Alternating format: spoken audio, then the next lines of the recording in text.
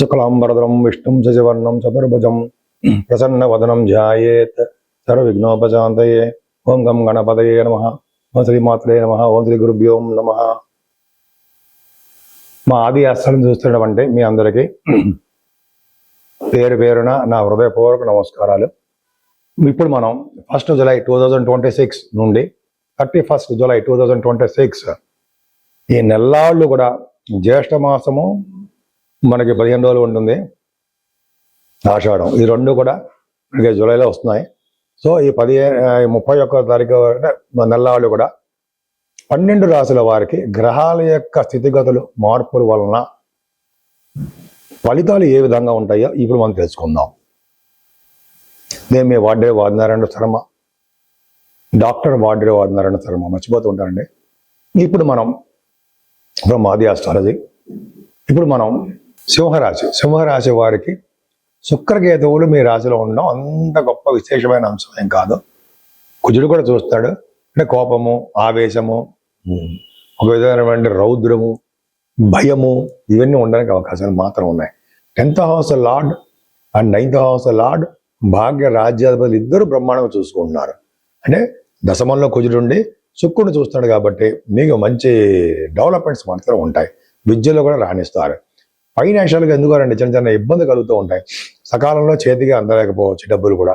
బంధువులు, చుట్టాలు ఉంటారు కదా, వాళ్ళందరి విషయంలో కొద్దిగా మీకు నేమ్ అండ్ ఫేమ్ తగ్గుతుంది. కానీ విద్యలో మాత్రం అధికంగా రాణిస్తారు. మీ తల్లి గారి ఆరోగ్యం బాగుండి తీరుతుంది. అంతేకాకుండా మీరు వాహనాలు కానీ, గృహాలు కానీ, బంగారు ఆభరణాలు కానీ, వస్తువులు కానీ, మంచి మంచి బట్టలు కానీ కొనుక్కొని తీరుతారు, డౌట్ లేదు. సంగీతంలో బాగా రాణిస్తారు. అంతేకాకుండా కొంతమంది సాహిత్య రంగంలో కూడా అద్భుతంగా బాగుంటుందండి. ముఖ్యంగా వేదశాస్త్ర విద్యలో బాగా రాణించడం మీకు జరుగుతుంది. అంతేకాకుండా రైతులకి మంచి బ్రహ్మాండంగా ఉంటుంది. సక్సెస్ఫుల్గానే ఉంటారు రైతులు కూడా. అంటే ధనాదాయం పెరుగుతుంది. కానీ సంతాన విషయంలో చిన్న చిన్న ప్రాబ్లమ్స్ ఫేస్ చేయవలసి వస్తుందండి. మీరు శని దృష్టి ఉంది కాబట్టి ముఖ్యంగా ఆడపిల్లల సంతానంలో వాళ్ళకి ఉద్యోగం రావట్లేదనో సంథింగ్ చిన్న చిన్న ప్రాబ్లమ్స్ ఉంటాయి. వాడి మ్యారేజ్ కావట్లేదనో ప్రాబ్లమ్స్ ఉంటాయి. కానీ భయపడాల్సిన అవసరం లేదు. సప్తమంలో రాహు మంచివాడు కాదు కదా, ఆలస్య వివాహాలు చేయడానికి అవకాశం ఉంటుంది. కానీ ఆడవాళ్ళకి మంచి త్వరలో కొంతమందికి అయితే ఎల్లిగా వివాహం చేస్తాడు. మంచి గృహిణిగా కూడా మీరు పేరు తెచ్చుకుంటారు. అష్టమ స్థానంలో శనికి గురు దృష్టి ఉంది, అది అదృష్టం. అంటే ఏళ్ళ నడిచిన పీరియడ్ అష్టమ శని పీరియడ్ మీకు ఉందండి. అష్టమ శనికి గురు దృష్టి ఉండడం వలన శని వల్ల వచ్చే దోషాలు చాలా మటుకు పరిహారం అయిపోయి తీరుతాయి. భయపడాల్సిన అవసరం ఏమీ లేదు. అనారోగ్య సమస్యలు రావు. సంపూర్ణ ఆరోగ్యంగానే ఉంటారు మీరు. 9th హౌస్ లార్డ్ దశమంలో ఉన్నాడు కుజుడు, బ్రహ్మాండంగా దిగ్భక్తంలో ఉన్నాడు. మంచి పేరు ఉంటుంది. వ్యాపార లక్ష్యాలు కలిగి ఉంటారు. వ్యాపారాభివృద్ధి కలిగి ఉంటుంది. ఉన్నతమైన విద్య మీరు బాగా కోసం విదేశాలు వెళ్ళడానికి అవకాశం ఉంటుంది. కుజుడు కూడా ఈ దశమంలో ఉండడం వలన దిగ్బలుడు, రాజకీయ రంగంలో పలుకుబడి ఉంటుంది మీకు. అలాగే మీరు గవర్నమెంట్ సంబంధించినటువంటి వృత్తుల్లో ఉండడానికి బాగా ప్రమోషన్స్ రావడము అవకాశం ఉందండి. మీరు ఏ చెప్తే జరగడానికి అవకాశాలు ఉన్నాయి. మీ మాటకే విలువ ఉంటుంది. రఘుపతులు లాభంలో ఉన్న బ్రహ్మాండంగా ఉన్నారు. రఘుపతులు లాభంలో ఉన్నారంటే చాలా అదృష్టం అండి. అంటే వ్యాపారాల రీత్యా బాగా డెవలప్ అవుతారు. ఒక విధంగా బుధాదిత్య యోగం అని చెప్తూ ఉంటాం. అంటే ధనప్రాప్తి ఎక్కువ ఉంటుంది. వ్యాపారాల్లో ఎక్కువ లాభాలు సంపాదిస్తారు. 12వ భావంలో రవి విదేశాలు తీసుకెళ్తూ ఉంటాడు. 12వ భావంలో గురుడు విదేశ ప్రాప్తి. ఒక విధంగా చెప్పాలంటే మీకు 12వ భావంలో సన్మానాలు, విదేశ పర్యటనలు, ధనాదాయం, దైవ దర్శనాలు ఎక్కువ ఉండడము, అధికమైన ఖర్చులు ఉండడానికి మీ సింహరాశి వారికి అవకాశం ఉంది. నేను మీ డాక్టర్ వాడ్రే వాదినారాయణ శర్మ. మీకు మీ జాతకాలు తెలుసుకోవాలనుకుంటే ప్రతిసారి చెప్పినట్టుగానే date of birth, time of birth, place of birth కావాలండి. ఖచ్చితంగా మనం రిజల్ట్స్ వచ్చేట్టుగా చేయొచ్చు. మీ కాల్స్ నేనే లిఫ్ట్ చేస్తూ ఉంటాను, లేదా మీరు వాట్సాప్ మెసేజ్లు పెడుతూ ఉండండి. ఎందుకంటే నేను షూట్స్లో ఉన్నప్పుడు చేస్తూ ఉంటాను. వేరే వాళ్ళు ఎవరో కూడా మన దగ్గర ఏం పని చేయరు, ఉండరు. ఎందుకంటే డైరెక్ట్ కాంటాక్ట్ ఉండాలని చెప్పి నా ఉద్దేశము. మీరు చెప్పేటువంటి ప్రాబ్లమ్స్ ఏమైనా ఉంటే డైరెక్ట్గా వినొచ్చు. కాబట్టి ఒకవేళ కొన్ని సందర్భాల్లో మా మిస్సెస్ గారు లిఫ్ట్ చేస్తారు, అంత ప్రాబ్లం లేదు. సో అందరూ కూడా మీకు మీరే కాదండి, మీ చుట్టాలు ఎవరన్నా, మీ తెలిసిన వాళ్ళన్నా జాతకాలు కూడా చెప్పించుకోవచ్చు.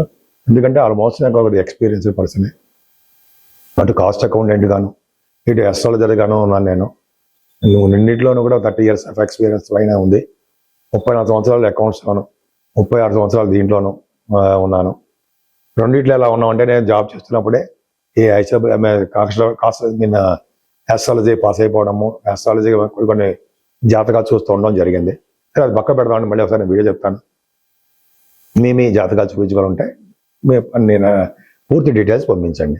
ఇంకా వాస్తు సంబంధించిన విషయాల్లో కూడా మీకు ఏమైనా ప్రాబ్లమ్స్ ఉన్నా కూడా అడగచ్చు. మీ పేరు రీత్యా ఎటువైపు ఉంటే మీరు మంచి బాగా కలిసి వస్తుంది అనేది కూడా వాస్తులో ఉంటుంది. అది నక్షత్రాల మీద వాటి మీద ఏం ఆధారపడదు, మీ పేరు మీదే ఆధారపడి ఉంటుంది. కాబట్టి ఖచ్చితంగా మీ పేరు ప్రకారమే మీరు ఆ ఫేసింగ్ అంటే ఈస్ట్ ఫేసింగ్గా, వెస్ట్ ఫేసింగ్గా ఉంటాం కదా, ఆ వాటిలో ఎక్కడ ఉన్నా కూడా మంచి యోగాలు కలగడానికి అవకాశం ఉంటుంది. అద్భుతంగా ఉండాలి. ఆ ఇంట్లో ఉంటే మంచి ఫలితాలు వచ్చి తీరుతాయి. మీకు ఏ ప్రాబ్లమ్స్ ఉన్నా కూడా మీరు నన్ను కన్సల్ట్ చేయొచ్చు. కన్సల్ట్ చేసినందుకు మాత్రం నేను తప్పకుండా పరిష్కార మార్గాలు కూడా చెప్తాను. సరేనండి. ఇప్పుడు జూలై నెలలో మనం పరిష్కార మార్గాలు ఏమున్నాయి అవన్నీ కూడా చెప్పుకుందాం. 12 రాశుల వారికి ఏ పరిష్కార మార్గాలు చేసుకుంటే బాగుంటుంది, మనకున్నటువంటి బడ్జెట్లోనే, మనకున్నటువంటి దీంట్లోనే ఎలా చేస్తే బాగుంటుంది అని చెప్పుకుందాం.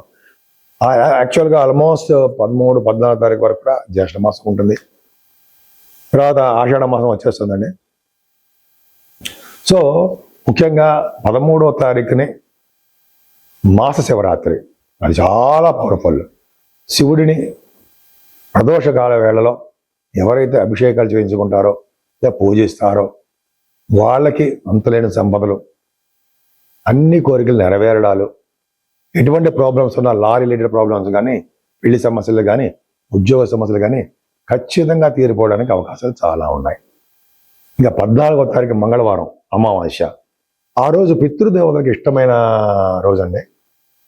సో తర్పణాలు అంటే పెద్దవాళ్ళు లేని వారందరూ కూడా తర్పణాలు చేస్తే పితృదేవత సంతోషించి మనకి సంతతిని కలిగేటట్టుగాను, మనకి ధనప్రాప్తి కలిగేటట్టుగాను, ఉన్నతంగా రాణించేట్టుగాను, ఎప్పుడు సుఖ సంతోషాలతో ఉండేట్టుగాను వాళ్ళు దీవిస్తారు.